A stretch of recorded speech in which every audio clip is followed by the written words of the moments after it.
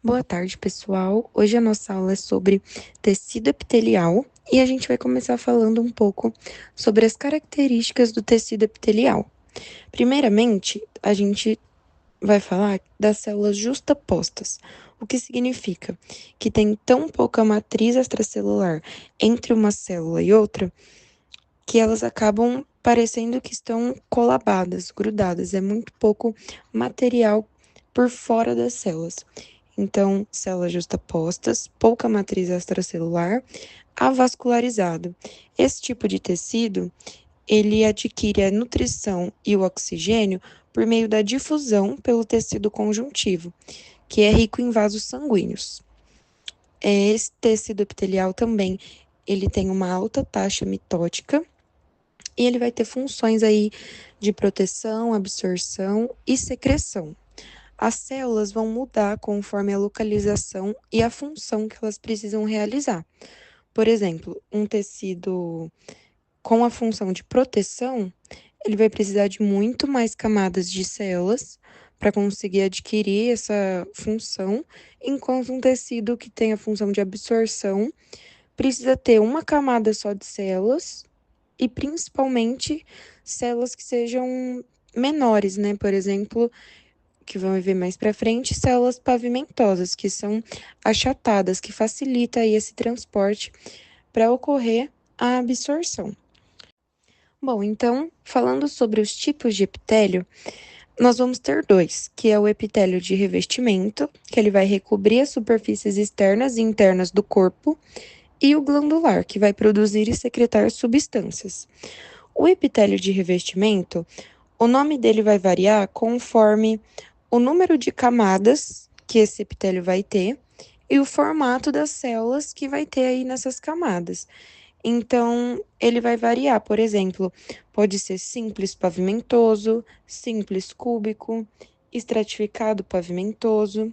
Então, agora a gente vai ver um pouquinho sobre como escolher esse tipo dos nomes do epitélio, como montar, o que significa cada nome das células e o que significa o número das camadas.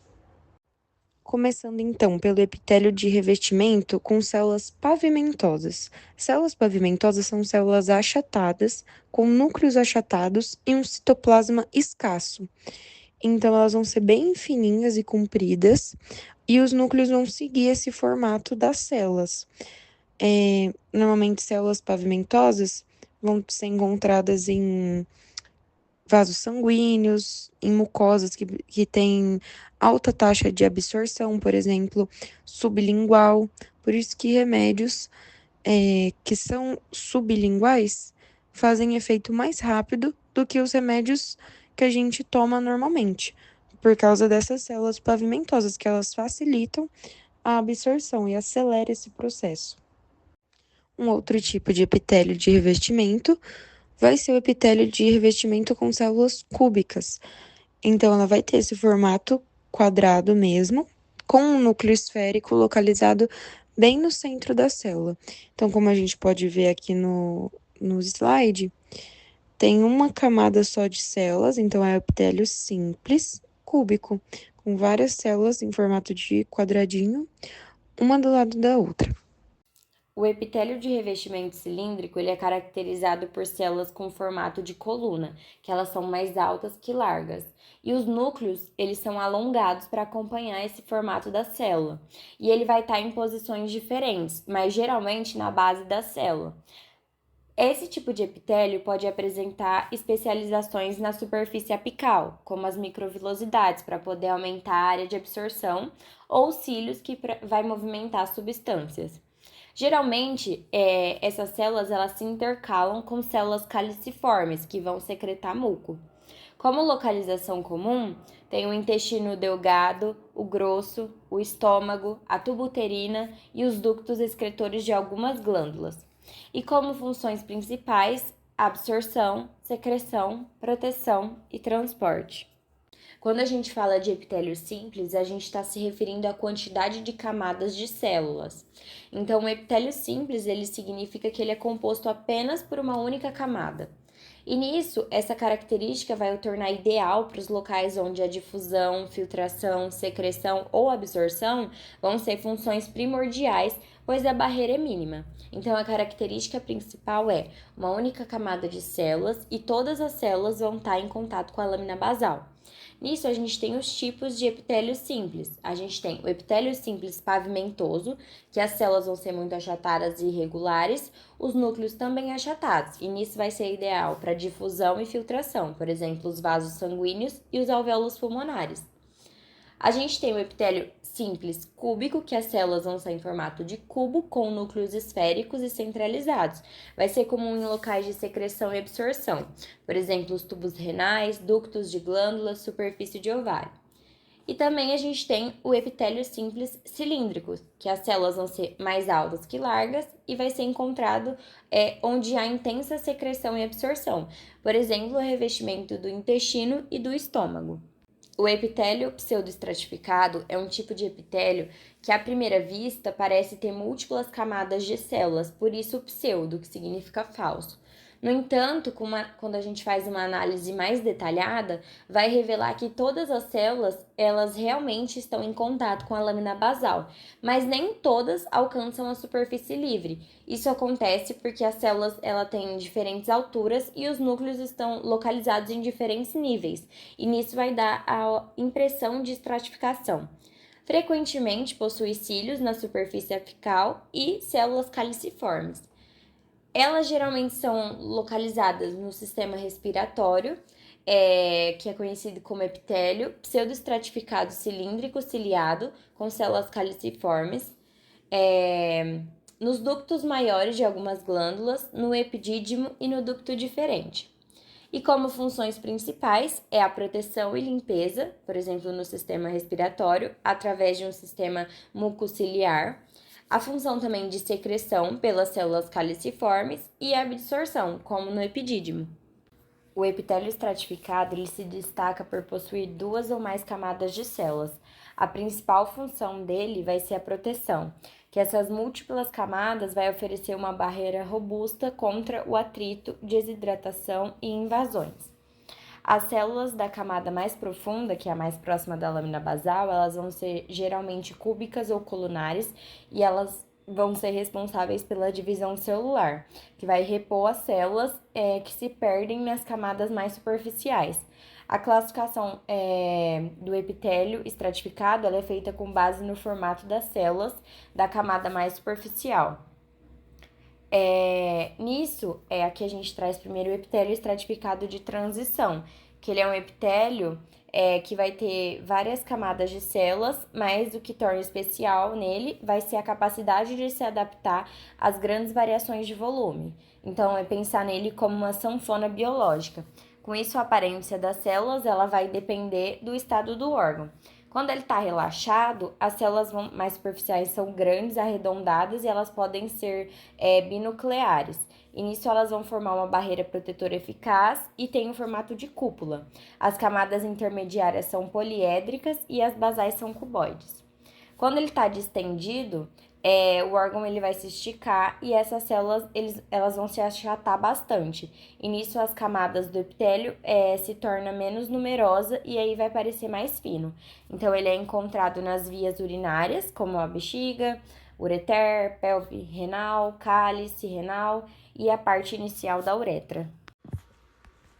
No epitélio estratificado cúbico, o seu diferencial é que esse epitélio irá apresentar diversas camadas de células, mas nas camadas mais inferiores, essas células podem ter formatos variados, enquanto as camadas mais superficiais terá células com formatos mais cúbicos, que é o que dá nome a esse epitélio, e essa camada mais superficial irá desempenhar a função de proteção e revestimento, e ele será encontrado, por exemplo, no ducto de glândulas sudoríparas, glândulas salivares, entre algumas outras estruturas do nosso corpo.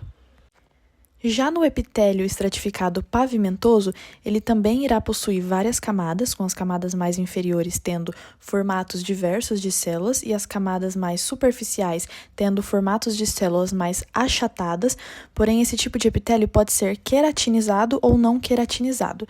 No queratinizado, a parte mais superficial, acima das células pavimentosas, esse epitélio irá possuir uma camada de queratina, como por exemplo na pele, em que essa camada vai conferir proteção e impermeabilidade para o tecido. Já no tecido não queratinizado, como por exemplo no esôfago, essas células superficiais não irão sofrer queratinização e vão manter suas funções. Um fato bem importante desse tipo de epitélio são suas camadas. O epitélio queratinizado possui 4 camadas, sendo ela a camada basal, que é a camada mais profunda, mais inferior, a camada espinhosa, que possui uma grande quantidade de células chamadas queratinócitos, a camada granulosa, que possui várias células achatadas que contêm grânulos, e a camada córnea, que é a camada mais superficial desse epitélio pavimentoso, que possui uma grande quantidade de células mortas, achatadas e uma grande quantidade de queratina, que vai fornecer proteção e resistência para esse epitélio. Já o epitélio não queratinizado também é composto por 4 camadas, porém elas variam de acordo com o que vão chegando na superfície, sendo ela a primeira camada basal, mais inferior, camada espinhosa, camada intermediária, que as células são mais alongadas e se tornam mais achatadas à medida que se aproximam da superfície, e a camada superficial, onde as células são achatadas e pavimentosas, com os núcleos achatados e centrais. Esse tipo de epitélio é encontrado, por exemplo, no esôfago, na cavidade oral, na córnea, entre algumas outras estruturas. Vamos falar um pouquinho da localização e exemplos de epitélios de revestimento. O epitélio de revestimento, ele é encontrado cobrindo superfícies externas e internas do corpo, porque ele vai formar uma barreira protetora para esses órgãos e cavidades. Então, por exemplo, ele será encontrado na superfície do corpo. A pele, por exemplo, é um epitélio de revestimento que vai proteger o corpo contra agentes externos. Será encontrado na mucosa nasal, que será um tipo de epitélio pseudoestratificado prismático. Nos túbulos renais, será um epitélio simples cúbico. No esôfago, será um epitélio estratificado pavimentoso não queratinizado. No pulmão, epitélio simples pavimentoso, algumas áreas da uretra, epitélio estratificado colunar, e em algumas cavidades corporais, por exemplo, que revestem como a boca, nariz, trato respiratório, trato digestório, trato urinário e até mesmo nos vasos sanguíneos. Agora, encerrando o epitélio de revestimento, a gente irá passar para o segundo epitélio existente, o epitélio glandular, que terá a função de produzir e secretar substâncias importantes para o nosso organismo, como, por exemplo, hormônios, que é o caso da insulina. No epitélio glandular, ele será dividido em 2 tipos de glândulas, glândulas endócrinas e exócrinas, e a sua principal diferença ocorre lá no processo de formação de glândulas, que veremos mais à frente.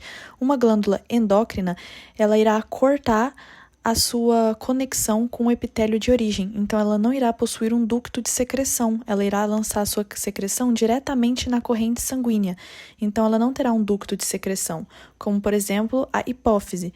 Já as glândulas exócrinas, elas vão apresentar um meio de comunicação com o epitélio de origem, então elas vão possuir um ducto de secreção por onde vão lançar aquela secreção, aquela substância para alguma cavidade ou meio externo. E, por exemplo, as glândulas salivares, que vão produzir a saliva, glândulas sebáceas, glândulas sudoríparas, que vão secretar a sua substância para um meio externo ou para alguma cavidade. Nas glândulas endócrinas, que vão secretar diretamente a sua substância na corrente sanguínea, a gente irá perceber que o principal tipo de secreção dessas glândulas será hormônios. Já nas glândulas exócrinas, que irão ter um ducto para secretar para o meio externo, elas podem secretar desde enzimas, muco, suor, lágrimas, leite, entre algumas outras substâncias. Dentre as glândulas endócrinas, há 2 tipos, as cordonais e as foliculares. Desses 2 tipos, as cordonais são as mais comuns. Nessas, as células secretoras estão arranjadas em cordões dispostos tridimensionalmente. Elas são envolvidas por tecido conjuntivo e capilares sanguíneos fenestrados com diafragma. Glândulas como a adrenal, paratireoide, ilhotas pancreáticas, também conhecido como ilhotas de Langerhans, são exemplos de glândulas cordonais. Já nas glândulas endócrinas foliculares, as células secretoras formam esferas microscópicas cujo centro se acumula coloide. Geralmente essas glândulas são delimitadas em sua maioria por células cúbicas, podendo variar o formato também para planas e até cilíndricas. Entre as vesículas, há também tecido conjuntivo com grande quantidade de capilares fenestrados com diafragma, assim como nas glândulas foliculares. A tireoide é um exemplo de glândula endócrina folicular. As glândulas exócrinas são classificadas de acordo com seus ductos, sendo simples ou composto. Pequenas glândulas que têm somente um ducto excretor são classificadas como glândulas simples. As glândulas compostas são mais complexas, formadas por várias unidades secretoras, cada uma com seu ducto que se reúne com outros ductos, resultando em ductos mais calibrosos que reúnem a secreção da glândula e a conduzem ao seu destino. O sistema de ductos das glândulas compostas é, portanto, ramificado. Além disso, as glândulas exócrinas também podem ser classificadas quanto à sua porção secretora, sendo tubular em forma de tubo reto ou enrolado, alveolar com forma de bolsa ou saco, ou tubo alveolar, que representa componentes tanto tubulares quanto alveolares. Em relação à localização e a alguns exemplos de glândulas, nas exócrinas a glândula sudorípara está presente principalmente nas axilas, palmas das mãos e sola dos pés. As glândulas salivares na cavidade oral e a sebácea na derme em seus ductos. Já nas endócrinas, a tireoide localiza-se na parte anterior do pescoço, a paratireoide também no pescoço, porém atrás da tireoide, e a hipófise encontra-se na base do cérebro. O estágio inicial de formação das glândulas, tanto exócrinas quanto endócrinas, são iguais. Na primeira fase, o epitélio de superfície se invagina, formando cordões celulares ou estruturas tubulares. Esses cordões epiteliais crescem para o interior do mesênquima. Na segunda fase, o que diferencia as glândulas são que nas exócrinas, as glândulas mantêm a conexão com o epitélio de origem, formando um ducto que conduz a secreção até a superfície. E nas endócrinas, as glândulas perdem essa conexão com o epitélio de origem e os cordões se isolam completamente no tecido conjuntivo, e as células se organizam ao redor de capilares sanguíneos, formando uma estrutura especializada para secretar diretamente no sangue ou na linfa.